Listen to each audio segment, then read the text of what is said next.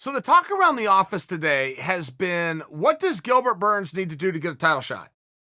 Is being the number one ranked fighter enough to get a title shot? Now, that could never be an overarching answer that is definitive. No, we don't turn to the number one guy and say you get the title shot. There's a lot of moving parts there and a lot of arguments. However, it's a helpful one. And I do think in Gilbert's place, it's a meaningful one. Look, I think Gilbert Burns is ripe for the taking right now to slide in and be the top contender. I mean, let's look at the division and let's look at this uniquely to this division, not as a broad stroke that if you have a one next to your name, therefore. Okay, let's not do that. It's not an if-then statement.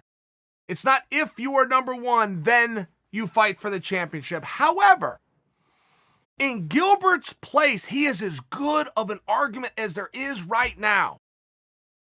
I think that the argument is pretty simple. If the fact that Leon is stuck in England, if you take Leon off the board, it opens the players up very well to two that are clear for me, which is Gilbert Burns and Colby Covington.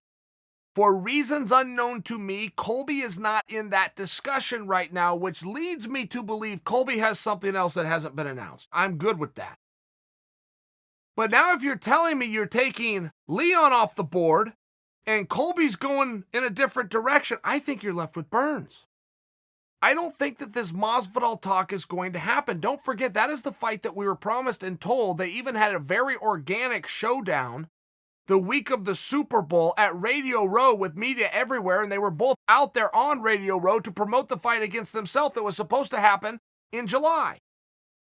Whatever happened there that is quite possibly the only secret in the history of MMA, but you can't seem to penetrate that anywhere other than you're hearing rumors that Masvidal would like to go in a different direction dealing with Nate Diaz. Okay, limited information, but you still got the champ who's going to fight. That division, like all divisions, have to get on with it. And when you have a champ that's willing, ready, and able, and believes, for good reason, because he was told he's going to be fighting in July, you got to find an opponent for him. When Gilbert Burns steps forward, big win, ESPN main event against a former champ, future Hall of Famer, and Tyrant, it's got to mean something. When he wakes up and he's moved from number 6 in the rankings to officially number 1, you start adding these things up. And then you look at the fan base behind him. I mean, this is a major come-from-behind story. It really is. Even though Gilbert's been incredible, people not knowing he was incredible, that's a real thing. Guy goes from number 6. Guy was down a division, a whole weight class, not that long ago, fighting on undercards, jerking the curtain to a main event, to being in the 5 round, taking on a world champion. Very real thing. Then when he raises his hand and says, put me in, not, hey, let's talk. Hey, call my people. Hey, where's my bonus? None of those things. I want an opportunity.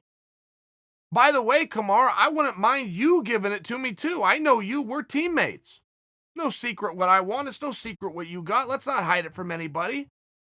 I could use a little help from you. Then he's got the champ coming in saying, you know what? I got your back on this one. I see what everybody else saw. I don't care who I fight. If I had it my way, certainly I would give it to a friend before I gave it to someone else. I mean, look, those are helpful things. Those aren't exactly fighting words. But you can see where that's helpful. And I also would just tell you, I mean, look, for Gilbert to come out and speak directly to Dana and never ask for anything, for him to say, look at my face, I'm ready, put me in. You're looking for bodies. I'm now number 1 and I am ready. Please give me this shot. I mean, that is how you go about it. 100% that's how you go about it. I can remember an Ultimate Fighter, and it was very early. It might have been season 2, might have been season 3. It was no later than that, though. Could have been season 1. There was a guy who had been eliminated from the Ultimate Fighter. Somebody that was supposed to move on got yanked. And I can't remember why. If it was medical, he took a cut, maybe something like that. Maybe he got sick. Something happened. He had to leave, which meant one of the guys who had lost was coming back. Dana reveals this to the house by showing up to the house, not at the training facility. He shows up. He's got both teams together. He tells them what's up. Somebody has to come back. And he leaves. And everybody sits there quiet. Whoever this guy that I'm referring to as this guy was, ran out the house. Dana's leaving. Dana's getting to his car. The guy follows Dana to the car. There is nobody else around. And he says, Dana, please, me. Please make it me. This is my dream. This is my life. I got thrown off track. I'll do anything for another opportunity. Dana did not go back in the house and say, hey, what other volunteers do I have? Dana looked at him and said, it's yours. Done. There is something about passion. There is something about who wants it the most that matters in life, period. That could be romantic relationships. That could be valedictorians. That could be scholarships. That could be rankings in the military. That could be promotions at work. That can be the fight business.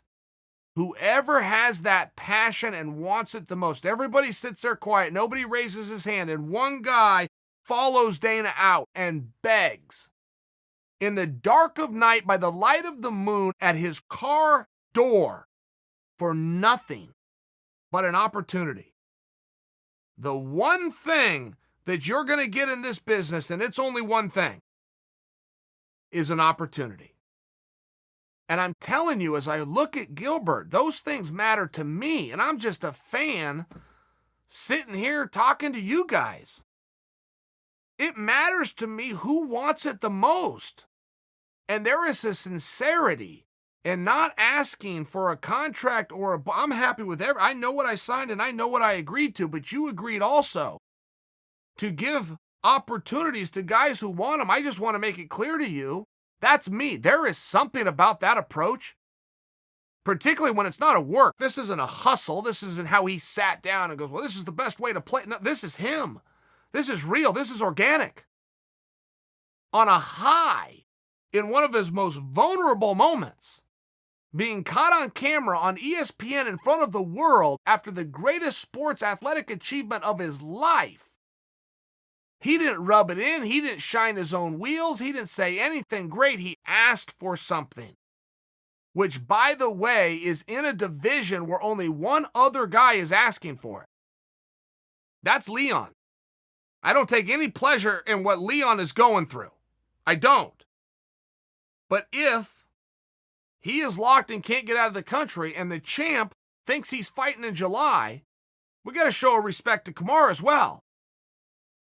There's a lot of things that are up in the air right now. Kamaru has deserved and earned, as the champion of the world, to have a date. I'm going to stand by the date is going to be in July. That's what he was told, and that's what we've all been told, and we haven't been told differently, which means time is of the essence to find that opponent. I would give a real good look at Gilbert Burns.